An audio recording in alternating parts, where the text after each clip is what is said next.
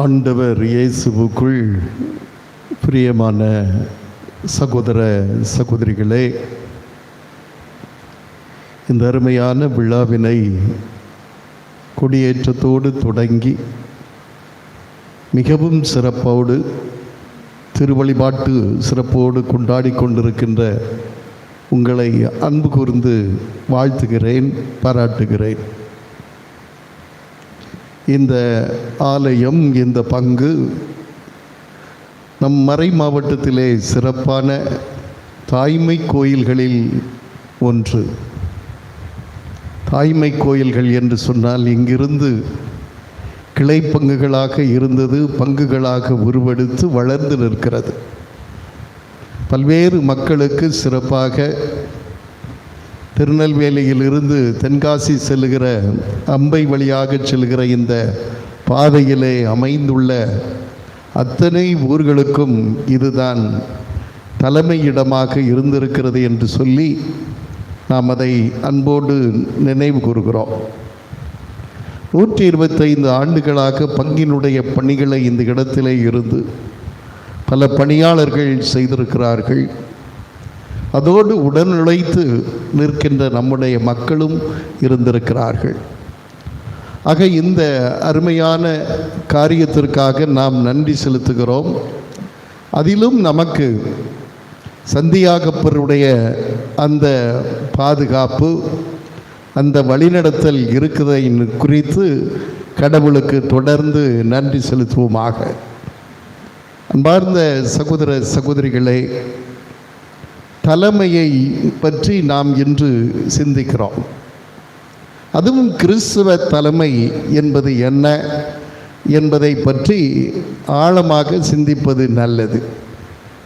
கிறிஸ்துவ தலைமை என்று சொல்லுகிற போது தலைமை என்றாலே நமக்கு முதல் படியாக வருவது மோசே. மோசே எப்படி தலைமை ஏற்கிறார்?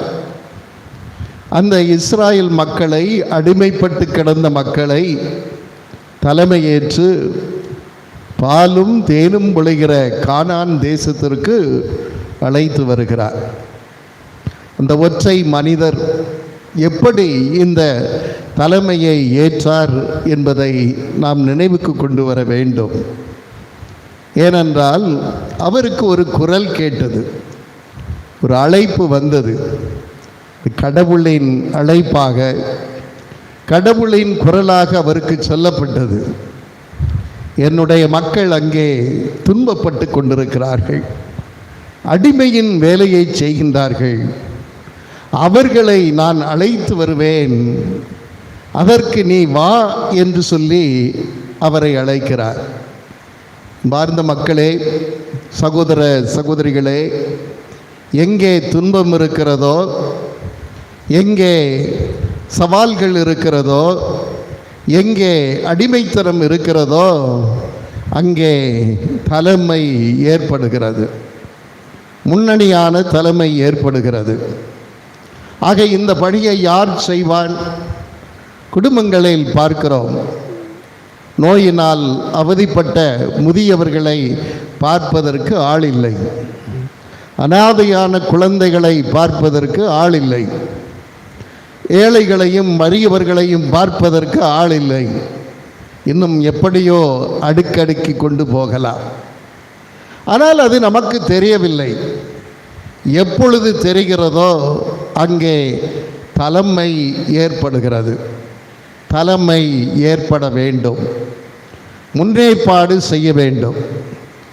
ஆகவே கிறிஸ்துவ தலைமை என்பது எங்கெல்லாம் மக்கள் துன்பப்படுகிறார்களோ, அடிமை நிலையில் இருக்கிறார்களோ, எவர்களுக்கெல்லாம் தேவைகள் இருக்கிறதோ, அங்கே எல்லாம் கிறிஸ்தவம் இருக்கிறது, கிறிஸ்துவத்தினுடைய பணி இருக்கிறது.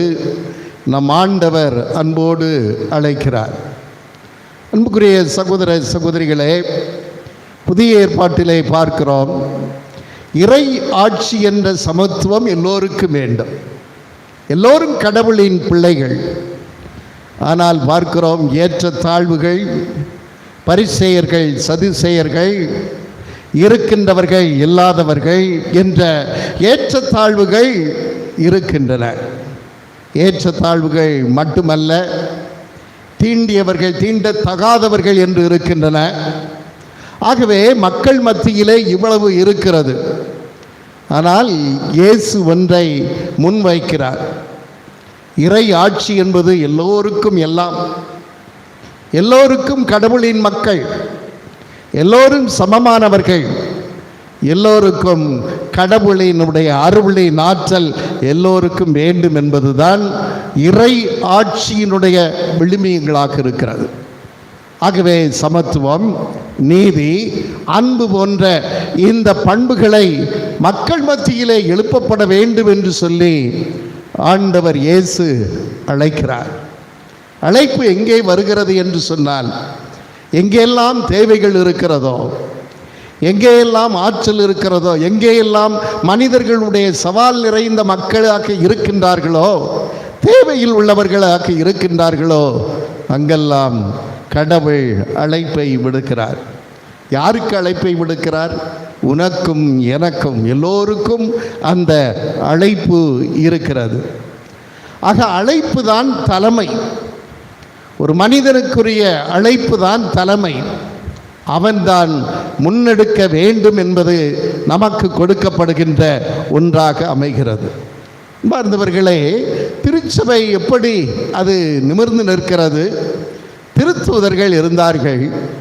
தொடக்க கால திருச்சபையிலே மூப்பர்கள் இருந்தார்கள். மூப்பர்கள் என்று சொன்னால் நம்பிக்கையில் மூத்தவர்கள் என்று நாம் பார்க்கிறோம். அன்பியங்களில், ஆலயங்களில் பணி செய்கிறவர்களில், திருச்சபையினுடைய பணிகளில் மூப்பர்கள் இருக்க வேண்டும். ஒவ்வொரு திருச்சபையினுடைய தலைமை பண்பும் மூப்பர்களினுடைய தலைமையினால், அவர்களுடைய ஒருங்கிணைப்பினால் அது உருவாக்கப்பட வேண்டும். ஏனென்றால் திருச்சபை என்பது கட்டடம் அல்ல, அது ஒரு மாபெரும் இயக்கம். மக்களுக்காக இறையாட்சியினுடைய மதிப்பீடுகளை மக்கள் உள்ளங்களிலும் வாழ்விலும் கொண்டு செல்கிற அற்புதமான பணி. இந்த பணியை திருத்தூதர்கள் முன்னெடுத்தார்கள். முக்கியமாக நாம் பார்க்கின்றோம், திருத்தூதர்களில் மிக சிறப்பான திருத்தூதர் நாம் பார்க்கின்றோம் சந்தியாகப்பர். அவரை கடவுள் இயேசு அழைக்கின்றார். எப்படி, எந்த இடத்தில் அழைக்கிறார்? அவர் தான் செய்து கொண்டிருந்த அந்த பணியினுடைய இடத்திலே அழைக்கிறார். அவர் யாருக்காக உழைத்து கொண்டிருந்தார்? தனக்காக உழைத்து கொண்டிருந்தார், தன் குடும்பத்திற்காக உழைத்தார். ஆனால் இயேசு இறையாட்சி படியிலே அது வல்ல வாழ்வு. மாறாக நீ மனிதரை பிடிப்பவராக நீ ஆக வேண்டும் என்று சொல்லி மனிதரை பிடிப்பவராக மாற்றுவேன் என்று சொன்னார், அழைத்தார். ஆகவே திருத்தூதர்களில் மிக முக்கியமான பேதுரு, யோவான், சந்தியாகப்பர் மூவரையும் நாம் பார்க்கிறோம். ஆனால் சந்தியாகப்பர் யோவானோடு என்ன செய்து கொண்டிருந்தார்? வலைகளை அவர் பின்னிக் கொண்டிருந்தார், வலைகளை சரிபார்த்து கொண்டிருந்தார், படகிலே இருந்தார். ஆனால் அந்த தலைமையை பார்க்கின்ற பொழுது இயேசுவின் வழி செல்ல வேண்டும் என்று சொல்லி அங்கேயே அனைத்தையும் விட்டுவிட்டு அவர் புறப்பட்டு செல்கிறார். இதுதான் கிறிஸ்துவ தலைமையினுடைய முதல் படி. தனக்கு இருக்கின்ற அனைத்தையும் விட்டுவிட்டு இறை ஆட்சியினுடைய பணிக்காக, மதிப்பீடுகளுக்காக ஒரு மனிதன் முதல் காலை எடுத்து வைக்கின்ற பொழுது அவன் மனிதரை பிடிப்பவராக மாறுகின்றார். பார்ந்தவர்களே, தலைமையினுடைய முதல் படி நீ உனக்காக உழைத்து கொண்டிருக்கிற காரியம் அல்ல, மீன் பிடிப்பு அல்ல, மாறாக மனித உறவை நீ வலை போல பின்ன வேண்டும் என்ற ஆற்றலை கடவுள் கொடுக்கிறார். ஆகவே தலைமையினுடைய முதல் படி என்ன? உறவுகளை சம்பாதிக்கிற, உறவுகளை கட்டி எழுப்புகிற மாபெரும் பணி. அந்த பணியிலே நாம் முன்னெடுக்கின்றோம், மூப்பர்களாக இருக்கின்றோம். இப்பொழுதெல்லாம் தலைமை மிக எளிது. குழந்தைகள் இப்பொழுது ஓட்டு போட்டவர்கள் எல்லாம் பார்த்திருப்பார்கள். தலைமை மிக எளிது. விசில் அடித்தா தலைமை வந்துடுது, தலைமை ஏற்கிறவர்கள் வந்துடுகிறார்கள். என்னமோ வேண்டாம், ஒரு காரியமும் வேண்டாம், விசில் அடிங்க, அது வந்துடும். மேஜிக், அதெல்லாம் என்ன மேஜிக், எப்படி வருது, ஏன் வருதுன்னு சொல்ல முடியலை. அவங்க எதை செய்ய போகிறாங்க சொல்ல முடியலை. ஆனால் தலைமை என்று காட்டிக்கொள்கிறார்கள். கிறிஸ்தவ தலைமை என்பது அதிகாரம் அல்ல, மாறாக அன்புக்குரிய சகோதர சகோதரிகளே, அதிகாரம் கட்டுப்பாடு என்பதை அல்ல, மாறாக கடவுளினுடைய இந்த பணியை தாட்சியான மனநிலையோடு செய்கின்ற மாபெரும் பணி. அன்பார்ந்த சகோதர சகோதரிகளே, சந்தியாகப்பருடைய வாழ்வை உங்களுக்கு நினைவூட்ட விரும்புகிறேன். பல நேரங்களில் பல தந்தையர்கள் உங்களுக்கு சொல்லுவார்கள், நீங்கள் படித்திருப்பீர்கள், இருந்த பொழுதிலும் நினைவுகளை கொண்டு வருவது நல்லது. அவர் தொடக்க காலத்திலே திருத்தூதராக இருக்கிற போது அவர் இயேசு இறந்ததற்கு பின்னால் ஸ்பெயின், போர்ச்சுகீஸ் பகுதிகளிலே பணி செய்ததாக பார்க்கின்றோம். ஆனால் அவர் எருசலேமுக்கு திரும்பி அழைக்கப்படுகிறார். அந்த நற்செய்தியை பணியை விடுத்துவிட்டு இங்கே வருகிறார். அங்கே வருகிற அவருக்கு என்ன நடந்தது என்பதை பார்க்கிறோம். திருத்தூதர்கள் பணி 12வது அதிகாரம் 2வது வசனம் சொல்லுகிற காரியம் என்ன? அவருடைய சூழ்நிலையிலே நாம் பார்க்கின்ற போது அங்கே அவர் கொல்லப்படுகிற காரியம் என்னவாக இருக்கிறது என்று சொன்னால், அன்புக்குரிய சகோதர சகோதரிகளே, அந்த போதக நிலைமையிலே 12வது அதிகாரம் 2வது வசனம் சொல்லுகிறது, ஏரோது அரசினுடைய அக்கரிப்பா காலத்திலே அவர் கொல்லப்படுகின்றார். ஆனால் அவருடைய உடல் எங்கே செல்லுகிறது என்று சொன்னால், ஸ்பெயின் தேசத்தில் உள்ள ஒரு இடத்திற்கு செல்லப்படுகிறது. அந்த இடத்தின் பெயர் கமினோ டி சந்தியாகு என்று சொல்வார்கள். கம்பஸ்டெல்லா என்ற ஒரு இடம். ஆனால் அந்த கம்பஸ்டெல்லாவுக்கு போகிற இடத்திலே கமினோ டி சந்தியாகு, அந்த வார்த்தையை பற்றி பயப்பட வேண்டாம், சந்தியாகுக்கு செல்லுகிற வழி, சந்தியாகப்பரை நோக்கி செல்லுகிற வழி. எத்தனை கிலோமீட்டர் இருக்குன்னா 784 கிலோமீட்டர் இருக்கிறது. 784 கிலோமீட்டரில் 4 வழிகள் இருக்கின்றன. ஒன்று ஆங்கிலேய மக்கள் வருகிறது, ஸ்பெயின் தேசத்து மக்கள் வருகின்றது, இன்னொன்று போர்ச்சுகீசிய மக்கள் வருகிறது, இன்னொன்றும் இருக்கிறது, அது கடற்கரைக்கு அருகில் இருக்கிறது. இப்படியாக 4 வழிகள். அதுக்கு பேர் தான் கமினோ டி சந்தியாகு என்ற வார்த்தை. கமினோ அப்படி என்றால் வழி, சந்தியாகப்பரை செல்கின்ற வழி. என்ன நம்பிக்கை என்று சொன்னால், அவர் இறந்த பிறகு அவருடைய உடலை அங்கிருந்து ஸ்பெயின் தேசத்திற்கு கொண்டு வந்தார்கள். கொண்டு வந்து அடக்கம் செய்யப்பட்ட இடம் சந்தியாகு டு கம்பஸ்டெல்லா என்ற ஒரு இடம். பார்ந்த சகோதர சகோதரிகளே, சந்தியாகப்பருக்கு பல நம்ம உருவ அமைப்புகள் இருக்கின்றன. ஒரு உருவ அமைப்பை நம்ம பார்க்கலாம். பிரபலமான அமைப்பு வெளிநாடுகளில் இருக்கிறது. வெண்புறவியிலே அவர் அமர்ந்திருப்பார், சிலுவையினுடைய கொடியை தாங்கியிருப்பார். இது எப்படி நடந்தது என்று பார்த்தோம் என்று சொன்னால், அங்கே ஆப்பிரிக்கா கண்டத்திலே மூர்களினுடைய ஆதிக்கம் அதிகமானது. ஐரோப்பியர்கள் மூர்களை பார்த்தால், மொரோக்கா என்று சொல்லப்படுகிற பகுதியிலே வாழ்கின்ற மக்கள், அவர்கள் கொஞ்சம் உயரமாக இருப்பார்கள், கருப்பாக இருப்பார்கள், நல்ல அஜானு பார்த்தாலே பயங்கரமாக இருப்பார்கள். ஆனால் இந்த வெள்ளையர்களுக்கு அவர்களை பார்த்து பயம். இந்த ஐரோப்பிய மக்களுக்கு அவர்களை கண்டாலே அச்ச உணர்வு, ஏதோ பயம் உண்டாக்கிய காலங்கள் அது. ஏனென்றால் அவர்கள் வெகு தொலைவில் இல்லை. மொரோக்காவிலும் ஸ்பெயின் தேசமும் பார்த்தோம் என்று சொன்னால் கடல் வழியிலே மிக அதிக விரைவாக சென்று விடலாம். அங்கிருந்தவர்கள் இங்கே ஆளுமையை செய்ய வருகிற போது இவர்களெல்லாம் கவலை கொண்டார்கள். யார் எங்களை காப்பாற்றுவார், யார் இந்த துன்பத்திலிருந்து எங்களை காப்பாற்ற முடியும் என்று சொல்லி அவர்கள் நாடினார்கள்.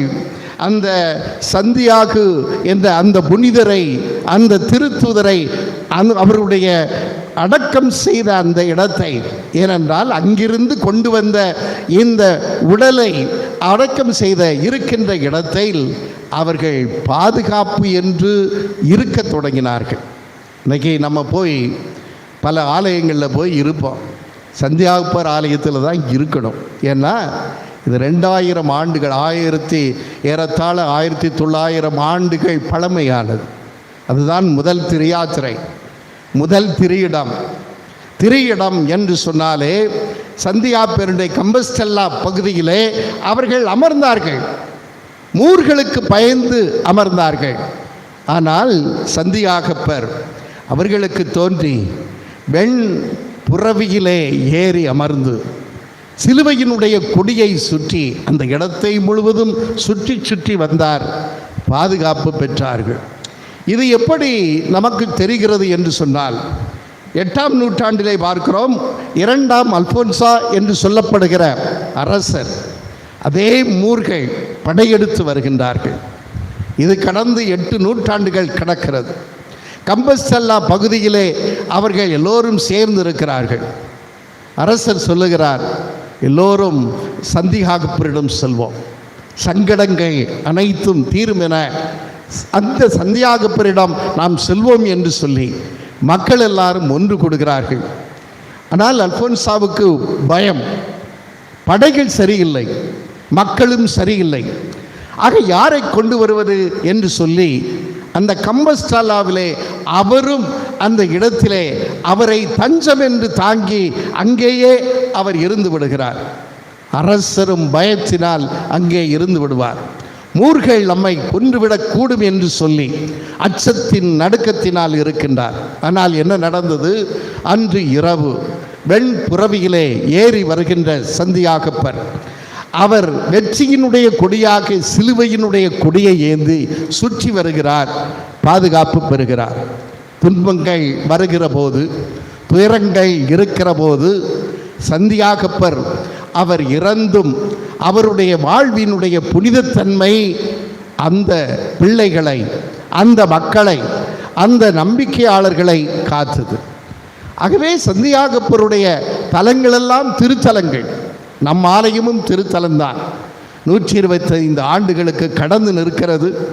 இந்த இடத்திலே வந்தால் எவ்வளவு புனிதம் இருக்கிறது என்பதை உணர முடியும். ஆகவே தலைமை என்பது எங்கே வருகிறது என்று சொன்னால், அது இயல்பாக சங்கடங்களை பார்க்கிற போது, துன்பங்களை பார்க்கிற போது, துயரங்களை பார்க்கிற பொழுது அது வருகிறது. ஆகவே என் பின்னே வா என்று சொன்ன அந்த திருத்தூதராக இருக்கின்ற சந்தியாகப்பர் பேதுருவோடும் யோவானோடும் தன்னுடைய சகோதரர் யோவானோடும் அவர் அனைத்தையும் விட்டுவிட்டு புறப்பட்டு சென்றார். புறப்பட்டு சென்றது நமக்கு பாடமாக அமைகிறது. நமக்கெல்லாம் ரொம்ப பிஸியாயிரும். சில வேலைகளை சொன்னால் அப்போ தான் ரொம்ப பிஸியாயிரும். ஆகவே அன்புக்குரிய சகோதர சகோதரிகளே, தலைமை என்பது எங்கே துன்பங்கள், எங்கே துயரங்கள், மக்கள் மத்தியிலே எவைகளெல்லாம் இங்கே அடிமைத்தனமாக இருக்கிறதோ அங்கே எல்லாம் சந்தியாகப்பர் நிற்கின்றார். சந்தியாகப்பர் என்ற தலைமை இருக்கிறது. வெண்புறவி வேகத்தின் அடையாளம், சிலுவையின் கொடி அர்ப்பணத்தின் அடையாளம். இந்த இரண்டும் தான் தலைமையாளர்களுக்கு இருக்கிற பெரும் பங்கு. பார்ந்த சகோதர சகோதரிகளே, அன்பியத்தில் இருக்கின்ற மக்கள், கிறிஸ்துவிலே பணி செய்கிற திருச்சபையினுடைய அன்பர்கள் மூப்பர்களாக செயல்பட வேண்டும். ஏனென்றால் அவர்களுக்கு வெண்புறவி வேண்டும். வெண்புறவி என்று சொன்னால் நமக்கு எங்கே வெண்புறவி இருக்கிறது? கால்கள் தான் வெண்புறவி. சில பேருக்கு கால் வேலை செய்யாது, சில பேருக்கு கால் உட்கார்ந்துட்டா எந்திரிக்க முடியாது, கால் வேலை செய்யாது. ஆனால் புறவி போல இருக்க வேண்டும். பணியாளர்களுடைய ஆற்றல் எங்கே இருக்கிறது? வேகம், உடனடி தீர்வு. ஏனென்றால் மக்களினுடைய துன்பம் உன்னை தலைமைக்கு அழைக்கிறது என்பதை பார்க்க வேண்டும். ஆகவே இந்த சந்தியாகப்பருடைய இந்த திருத்தலத்திலே, அருமையான ஆலயத்திலே, இந்த திருவையிலே கூடியிருக்கிற நமக்கு ஒன்று சொல்லப்படுகிறது. எங்கெல்லாம் தேவைகள் இருக்கிறதோ, யாருடைய என்னுடைய தேவைகள் அல்ல, மனிதர்களுடைய மக்களுடைய தேவைகள் இருக்கிறதோ அவர்களை சரி செய்ய மனிதரை பிடிப்பவராக மாற்றுவேன் என்ற இலக்கினுடைய வெளிப்பாடுதான் அந்த தலைமை பண்பு. அர்ப்பணம் எதை சொல்லுகிறது? இயேசுவை சொல்லுகிறது. துன்பக்காலத்திலே இங்கே நமக்கு சொல்லப்படுகிற பாடம் என்ன என்று பார்க்கின்ற போது, அன்புக்குரிய சகோதர சகோதரிகளே, நமக்கு சொல்லப்படுகிறது மார்க்கு நற்செய்தி 10வது அதிகாரம் 38வது வசனம் சொல்லுகிறது, நான் குடிக்கும் கிண்ணத்தில் உங்களால் குடிக்க முடியுமா? நம்மளை மாலை சொல்கிறார், எப்போ ஆண்டவரே நீர் நல்லா உம்முடைய மாட்சிமையிலே வருகிற போது வலப்பக்கம் ஒரு ஆள், இடப்பக்கம் ஒரு ஆள். நமக்கு அப்படி தானே, எனக்கு அந்த தலைமை வேண்டும், இந்த தலைமை வேண்டும், வடப்பக்கம். ஆனால் இயேசு அதை சரி செய்கிறார். என்ன சரி செய்கிறார் என்று சொன்னால், அந்த கிண்ணம் என்றால் என்ன? கிண்ணம் என்பது வெற்றியை குறைக்கும். கிண்ணம் என்பது மகிழ்ச்சியை குறைக்கும். கிண்ணம் என்பது எப்பொழுது வருகிறது? எப்பொழுதெல்லாம் கொண்டாட்டங்கள் வருகிறதோ அப்பொழுதெல்லாம் கிண்ணம் வருகிறது. கிண்ணம் எப்பொழுது மகிழ்ச்சியான நேரத்தில் மக்கள் பயன்படுத்துவார்கள், குடிப்பார்கள், உண்டு மகிழ்வார்கள். இதுதான் அந்த கிண்ணத்தினுடைய பொருளாக அமைகிறது. இயேசுவினுடைய தலைமைத்துவம் கிறிஸ்துவத்திலே என்ன என்று சொன்னால், அந்த உணவாக இருக்கின்ற அவருடைய இந்த உணவு, இந்த அப்பம் கடவுளினுடைய உடலாக மாற்றப்படுகிறது. இது என் உடல். ஆகவே நாம் பார்க்கிறோம், உண்பதை விட பகிர்வதுதான் அங்கே இருக்கிற காரியங்களில் வெற்றியானது. ஆகவே நம்முடைய தலைமை பண்புகளில் நாம் பார்க்கிறோம், உடனடி பதில் என்ன என்று சொல்லுகிற போது அது உடலாக அமைகிறது. எனக்காக அல்ல, என்னை சார்ந்த மக்கள் பகிர்ந்து கொடுக்கப்படுகின்ற ஒவ்வொன்றிலும் கடவுளின் உயிர் ஆற்றல் இருக்கிறது. அப்பம் இயேசுவினுடைய உடலாக மாறுகிறது. அதே போல ரசம், அன்றிருந்த திராட்சை ரசம் குடித்து மகிழ்ந்த மக்கள், இயேசு சொன்னார், அது ரசம் குடித்து மகிழ்வதற்கல்ல, அது என் இரத்தம்.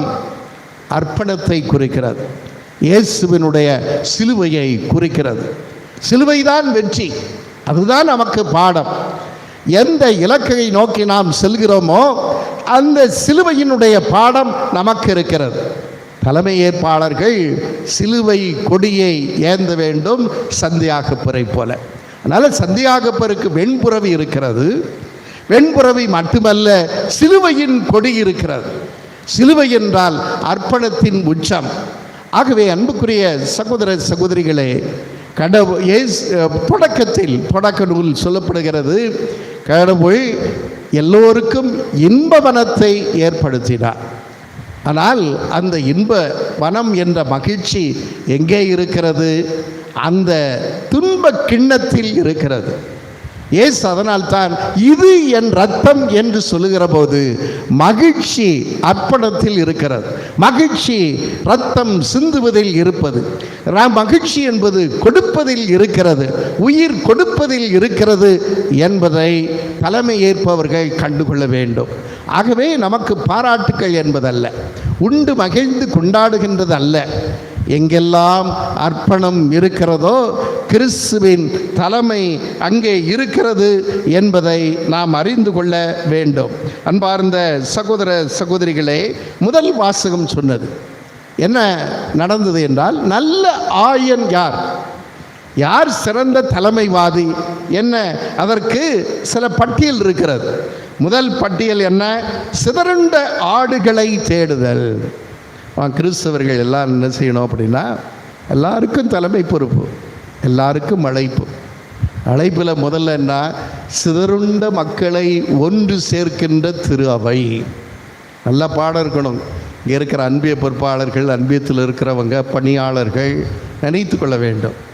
ஒருங்கிணைக்கின்ற பணி, உறவை வளர்க்கின்ற பணி, முதல் பணி திரு அவையினுடைய இலக்கே அதுதான்.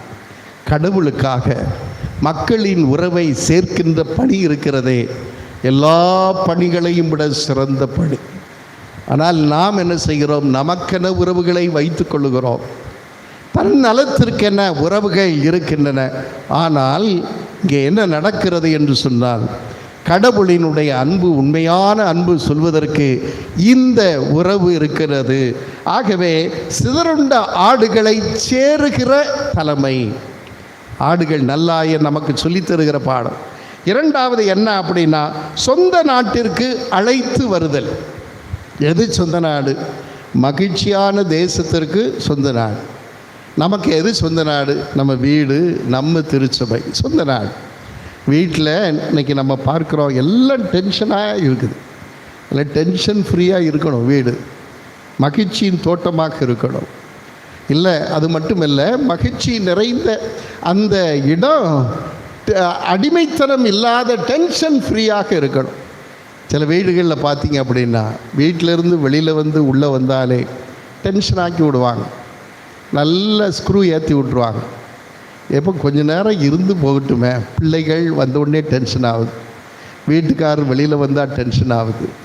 பார்ந்தவர்களே, நீ நல்ல மூப்பர்களாக பணியேற்க வேண்டுமென்றால் உன்னுடைய சொந்த நாட்டிற்கு, அப்படி என்றால் பாலும் தேனும் பொழிகின்ற கானான் தேசம். பால் என்றால் வளர்ச்சி, தேன் என்றால் மகிழ்ச்சி, கானான் தேசம் என்றால் கடவுளின் பூமி. ஒவ்வொரு வீடும் எப்படி இருக்கணுமா? சொல்லுங்கள் பார்ப்போம், சொல்லுங்கள் பார்ப்போம். கேட்டுக்கிட்டு இருக்கீங்களா இல்லாட்டா எப்படி? பாலும், சொல்லுங்கள் பார்ப்போம். கானான் தேசம் அப்படின்னா என்ன பொருள்? பால் இருக்கணும். பால்னா வளர்ச்சி இருக்கணும், வீட்டில் வளர்ச்சி இருக்கணும். நல்லா கேட்டுக்கோங்க. வீடுனா வளர்ச்சி இருக்கணும், டென்ஷன் இருக்கக்கூடாது. சில பேர் வீட்டில் குப்பை தொட்டியை ஏசி பெட்டியில் போட்டு வச்சுருக்காங்க. ரொம்ப பரிதாபமாக இருக்குது. சில வீடுகளில் பாருங்கள், குப்பையை எங்கே போட்டு வச்சுருக்காங்க? மீதியான உணவை எங்கே போட்டு வச்சுருக்காங்க? ஒரு ஏசி பெட்டியில். அந்த ஏசி பெட்டிக்கு பேர் என்ன பேருடா? ஃப்ரிட்ஜு. ஃப்ரிட்ஜுக்குள்ளே கண்டதையும் கணிதையும் குப்பையும் உள்ளே போட்டு அவள் பகிர்ந்து கூட கொடுக்க மாட்டாள். எச்சி இப்போ இன்றைக்கி சாப்பாடெலாம் மற்றவங்களுக்கு கொடுக்கறதெல்லாம் கிடையாது. யாரை கூப்பிட்டு கொடுக்குறோம்? திருவிழாவில் கூட கூப்பிட்டு கொடுக்க கிடையாது. ஒரு ஏழைகளுக்கு கொடுக்குறோமா? ஏழைகள் இல்லாத திருச்சபையே இல்லை. நான் சொல்லலை, நம்முடைய திருத்தந்தை இல்லையோ அவர்கள் சொல்லுகிறார். அன்பியத்தில் ஏழைகள் இருக்கணும், ஏழைகளின் பங்களிப்பு இருக்க வேண்டும், ஏழைகளுக்காக நீ பகிர்ந்து கொடுக்க வேண்டும். அப்படி இல்லைன்னா அது அன்பியல்ல. நாங்கள் எல்லாம் பார்க்கும்போது ரொம்ப பிரம்மாண்டமாக இருக்குது. எல்லாம் ஒற்று சேலை, சூப்பர் சேலை, சூப்பர் ஆண்கள் வந்து அவங்களுக்கு யூனிஃபார்மில் கிடையாது போலுக்கு. அவங்க என்ன அப்படி வீட்லேயும் கிடையாது, இங்கேயும் திருச்சபையிலும் கிடையாது. அதனால் என்ன செய்ய, அது போகுது. அவங்க நேற்று உடுத்தின உடுப்பை அப்படி போட்டுட்டு வராங்க. இந்த ஊரில் ரொம்ப சந்தோஷம். இந்த ஊரில் ஆண்கள் வரவாவது செய்கிறாங்களே, அந்த ஆண்களுக்கு கைதட்டுங்க பார்ப்போம். ஒரு கைதட்டு, நல்ல சந்தோஷம். எங்கள் ஊரில் வரமாட்டாங்க. எல்லாம் ஒன்று பேக் அடிச்சிடும், சிலது கோயிலுக்கே வராது. ஆனால் இங்கே பாருங்கள் எவ்வளோ அருமையாக, எனக்கு ரொம்ப பொறாமையாக இருக்குது. சாமியால் பொறாமை. இந்த ஊரில் பார்த்தியே பொறாமை. நம்ம சாமியார் ஆகிறதுக்கு முன்னாடியே பார்த்தீங்கன்னா பக்தி முயற்சிகளை பார்க்கணும். பங்கேற்பு வந்து சூப்பர், இங்கே ரொம்ப சூப்பர், அருமையாக சூப்பராக இருக்குது. ரொம்ப கோயிலுக்கு எல்லாம் நல்லா வந்துடுவாங்க. கோயிலுக்கு வந்தால் மட்டும் பத்தாது, வீடு எப்படி இருக்கணும்? வீடு எப்படிமா இருக்கணும்? சொன்னோம்ல, என்ன இருக்கணும்? பாலும் தேனும் பொழியும் கானான் தேசம். பாலுனா என்னது? வளர்ச்சி. நீ வளரணும், உடம்புல மட்டும் வளருது. இன்னைக்கு இருக்கிற பிள்ளைகள்லாம் சைடு வாக்கில் நல்லா வளருது, நல்ல சைடு வாக்கில். அப்பா, ஆமாம், கிலோ கணக்கில் கூடுது. எல்லாம் மேலே வளர மாட்டேங்குது, சைடில் இடுப்பு தூக்க முடியலை. ஆமாம், ஒரு பையனை அன்னைக்கு பஸ்ஸில் அந்த ஆங்கில பஸ்ஸு உள்ளூரில் சேர்த்தா நமக்கு நல்லது கிடையாது. வெளியூரில் கொண்டு படிக்க வைக்கணும். படித்த பிறகு ஏதாவது எங்கே போதோ தெரியல. அந்த பிள்ளை ஏற்றுறதுக்கு ஒரு புல்டோசர் வச்சு ஏற்றுறான். ஏன்னா அது பிள்ளை அவ்வளவு ஒல்லியாக இருக்குது. என்ன செய்ய சொல்லுவீங்க? வளரணும். எதில் வளரணும்? எதிலெல்லாம் வளரணும்? அன்பில் வளரணும், பகிர்தலில் வளரணும், நம்பிக்கையில் வளரணும், கடவுளினுடைய ஒருங்கிணைப்பில் நல்ல உறவோடு வளர வேண்டும். வளர்ச்சி இருக்கணும். வளர்ச்சி இல்லாத குடும்பம் என்ன குடும்பம்? வளர்ச்சி இருந்தால், ரெண்டாவது என்னது, பால் இருந்தால் என்ன இருக்கணும், தேன் இருக்கணும். தேன் என்னது, தேன் நல்ல மகிழ்ச்சி இருக்கணும். வீட்டில் இருக்கா, டென்ஷன் இருக்குது. வீட்டில் என்னையா இருக்குது, டென்ஷன் இருக்குது. வீட்டுக்கு போனாலே சில பேர் பதறான், ஆம்பளைங்க பதறதான். அங்கே டீ கடையிலேருந்து உள்ளே வரமாட்டேங்குது. நம்ம ஊரில் டீ கடை ரொம்ப தூரமாக இருக்குது. ஒரு டீ குடிக்க காலையில் 4 மணிக்கு எந்திரிச்சு போன ஆள் 8 மணிக்கு வரல. ஏன்னா டென்ஷன் அங்கே இல்லை, இங்கே இருக்குது, காலையில் இருக்குது. நம்ம அக்காமாரெலாம் பார்த்தா ரொம்ப சந்தோஷமாக இருக்கும். காலையில் பார்க்கக்கூடாது, காலையில் என்னமோ பெரிய இது மாதிரி பிள்ளைய கொண்டு ஸ்கூலில் கொண்டு, இந்த ஸ்கூலில் கொண்டு விடுறதுக்கு நீ படுற பாடு இருக்கே எப்பா, சோறு பொங்குறேன், கறி வைக்கிறேன், இந்த பிள்ளைய சும்மா இருந்து மத்தியானம் பூரா அந்த முதல்ல மாதிரி உட்காந்துக்கிட்டு 1 மணிலேருந்து 3 மணி வரைக்கும் இந்த முதல்ல உருண்டு வரும்ல, அது மாதிரி வந்து அது இதை பார்த்துக்கிட்டு இருக்கான், இந்த கைபேசியை பார்த்துக்கிட்டு தூங்கவும் இல்லாமல் தூக்கம் வரவும் இல்லாமல் உருண்டு கிடக்குது சிலது. இதெல்லாம் இன்றைக்கி வீட்டில் நடக்குது. அப்போ பால் இருக்கணும், ரெண்டாவது என்ன இருக்கணும், தேன் இருக்கணும், மூணாவது என்ன இருக்கணும், கானான். அப்படின்னா என்ன அர்த்தம், கடவுளின் இடம், உன் இடம் இல்லை. நீ தான் சண்டை போட்டுக்கிட்டு இருக்கிய, ஒரு சென்ட்டுக்கு சண்டை போடுறதில்லை. அண்ணன் தம்பி எல்லாம் போயிருக்கல, இங்கே எத்தனை பேர் அண்ணன் தம்பி பேச மாட்டான், இருக்கிறதே 1.5 சென்ட், அதில் நடு பாதியில் சவறு கட்டியிருக்கான். முன்னாடி ஒருத்தருக்கு நம்ம ஊர்களில் இந்த ஊரில் இங்கேருந்து 1 மைல் நீளம் பின்னாடி வரைக்கும் வீடு இருக்கும், சின்ன வீடாக இருக்கும். அதில் பின்னாடி ஒருத்தருக்கு முன்னாடி ஒருத்தருக்கு, பின்னாடி இருக்கிறவர் முன்னாடி வர முடியாது, ஏன்னா இவன் அடைச்சிருவான். இப்படிலாம் நடக்குது. பிறகு கோர்ட்டில் போய் நிற்பாங்க, லோன் நிற்பான். எங்கே இருக்குது, கானான் தேசமா, யாருடைய தேசம்? நம்ம சொல்லணும், நம்முடைய சந்தியாப்பருடைய நிலத்தில் உட்காரும்போது பாதுகாப்பு இருக்கிறது. அரசரே வந்து பாதுகாப்பு வெண்புறவியில் அங்கே சுற்றி வருவார். உங்கள் ஊரில் ஞாபகம் வச்சுக்கோ, எல்லோரும் ஞாபகம் வச்சுக்கோ, உங்கள் ஊரை சுற்றி முக்காடி மக்கள் இந்த இடத்துல கிறிஸ்தவம் வளர்கிறதுக்கு காரணம் என்ன? தென்காசி பகுதிகளெல்லாம் துன்பம் இருந்தது, பல பேர் துன்பப்பட்டார்கள். ஆனால் இந்த இடத்திலே தஞ்சம் புகுந்த மக்கள் இருந்தார்கள். இப்போ சுற்றி யார் வந்தா அப்படின்னா, வெண் புறவியில் சந்தியாகப்பர் சுற்றி நம் சிலுவை கொடியோடு வந்தார். இதுதான் வாழ்வினுடைய தருணம். ஆகவே இன்னைக்கு இருக்கிற மக்கள் என்ன அப்படின்னு சொன்னால், சந்தியாகப்பரின் பிள்ளைகளாக இருங்க, அவரை தேடி போலுங்க. உன் காலு இந்த திருத்தலத்திற்கு நோக்கி வர வேண்டும், பாதுகாப்புக்கு வர வேண்டும், கவலை என்னால் வர வேண்டும், கண்ணீர் என்றால் வர வேண்டும். உன் இல்லத்தில் இருந்து உன்னை பாதுகாக்கின்ற தலைமையை அவருக்கு கொடுத்திருக்கிறாய். கடவுள் திருத்தூதர்களுக்கு கொடுத்த அந்த பெருமையை நாம் பார்க்கின்றோம். அன்பார்ந்த சகோதர சகோதரிகளே, இயேசுவினுடைய தலைமையை நாம் பார்க்கிறோம். எல்லாருக்கும் முடி உண்டு, இயேசுவுக்கு முள்முடி. எல்லோரும் ஆடைகளை வைத்து அதிகாரத்தை காட்டினார்கள். ஆடையை கழற்றினார், ஆடையை துறந்தார்.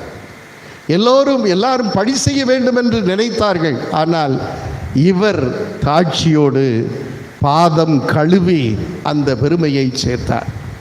பார்ந்தவர்களை, தலைமை வேண்டும், அதில் மாற்று கருத்தில்லை. குடும்பத்திலும் தலைமை வேண்டும். குடும்பத்தில் சிக்கல்கள் இருக்கும்போது குடும்பத்தை சரி செய்கிற தலைமை வேண்டும். அன்பியங்களில் தலைமை வேண்டும், மூப்பர்கள் வேண்டும். அன்பியங்கள் என்பது மூப்பர்கள், மூத்தவர்கள், இந்த கடவுளின் பணியை ஆற்றுகின்ற மூத்தவர்கள். நீங்களெல்லாம் சிறப்பாக பணி செய்கிற போது உங்களுக்கு கொடுக்கப்படுகிற மகிழ்ச்சி என்ற கிண்ணம் அர்ப்பணம், அதை நினைத்து கொள்ளுங்கள். நமக்கு ரொம்ப மகிழ்ச்சி என்று சொன்னால் நல்ல எல்லா வசதியும் கிடைக்கும், அது இல்லை, அது சொல்லப்படலை. கிறிஸ்தவ தலைமைக்கு கிடைக்கிற பரிசு என்ன என்றால் துன்ப கிண்ணம், இயேசு கொடுத்த இரத்தத்தின் கிண்ணம், இயேசுவின் இரத்தம் ஜெயம் என்று சொல்லப்படுகிற சிலுவையின் கொடி. இதுதான் நமக்கு கொடுக்கப்பட்ட ஒன்றாக அமைகிறது. பார்ந்தவர்களே, இயேசுவோடு நெருங்கிய உறவில் சந்தியாகப்பர் இருந்திருக்கிறார், அது நாம் மாற்று கருத்து இல்லை. நெருங்கிய உறவில் அவருடைய உறவு வெளிப்பட்டது. இன்றைக்கு நமக்கு குடும்பங்கள் நெருங்கிய உறவோடு இயேசுவோடு இருப்போம், இயேசுவின் அன்பில் இருப்போம். அந்த நெருக்கம் நமக்குள்ளே நெருக்கத்தை உறுதி செய்யும். ஆகவே அன்புக்குரிய சகோதர சகோதரிகளே, உலகம் உயர பறப்பதையே தலைமை என்று சொல்கிறது. ஆனால் இயேசு சொல்லுகிறார், கீழே குனிவதே தலைமையின் பண்பு என்று சொல்கிறார். கீழே குனிந்தார். முடியை காட்டும் தலைமையை விட அடிமையைப் போல பாதங்களை கழுவுவதுதான் உண்மையான தலைமையாக இருக்கிறது என்பதை பார்க்கிறோம். அன்பார்ந்த சகோதர சகோதரிகளே, எல்லாவற்றிற்கும் மேலாக ஒன்றை சொல்லுகிறேன். மூப்பர்களாக இருக்கின்ற நாம் உங்கள் இல்லத்தை இளைப்பாறுதல் இடமாக மாற்றுங்கள். எந்த இளைப்பாறுதல் இடம்? கம்போஸ்டா அந்த இடத்தை போல இளைப்பாறுதல் இடம். பயம் இல்லாமல் வீட்டில் நல்லா இருங்க. நீங்கள் சந்தியாபுரம் நம்புறீங்களா? வீட்டை பாதுகாப்பான ஒன்றாக இளைப்பாறுதல், நல்ல கம்ஃபர்டபுளாக, நல்ல ஏசி போடணும்னு சொல்லலை, அந்த டென்ஷன் ஃப்ரீயே இல்லாமல், டென்ஷனே இல்லாமல் கடவுளுக்கு நன்றி செலுத்துகிற ஒரு பேரன்பு தருகிற நல்ல இடமாக மாற்றுங்கள். அதுதான் மூப்பர்கள் தலைமைத்துவம் பெற்று செய்கிற பணி. ஆகவே இந்த பணியை நிறைவேற்ற உங்களை ஆண்டவர் அழைக்கிறார். அர்ப்பண மனநிலையோடு கிறிஸ்தவ தலைமையை ஏற்போம். தலைமை என்பது நமக்கெல்லாம் வருகிறது. எங்கெல்லாம் துன்பம் இருக்கிறதோ, துயரம் இருக்கிறதோ, தலைமையின் அழைப்பு இருக்கிறது. யார் செய்வார்? நாம் தான் செய்யணும். நான் தான் அதை முன்னெடுக்க வேண்டும். அந்த முன்னெடுப்புகளில் நம்மோடு நம்முடைய புனிதர் மாதிரியாக அமைந்தார். எல்லாவற்றிற்கும் மேலாக நம்முடைய ஸ்பெயின் தேசத்தில் இருக்கிற கம்பஸ்டெல்லா என்ற இடத்தை போல ஒவ்வொரு குடும்பமும் சந்தியாகப்பருடைய பாதுகாப்பை பெற்று அது இருக்க வேண்டும். நம் ஊரை சுற்றி, பங்கை சுற்றி, நம் வாழ்வை சுற்றி புரவியுடன் சந்தியாகப்பர் பவனி வருகிறார். தலைமையேற்று தீமைகளை வென்றெடுக்கிற, மூர்களை வென்றெடுக்கிற தலைமையை தருகிறார். அவர் நம்மை சுற்றிய பாதுகாப்பு, சிலுவையின் கொடியேந்தி நிற்கின்றவராக இருக்கிறார் என்பதை உணர்வோம். கடவுளுக்கு நன்றி செலுத்துவோம். ஆமாம்.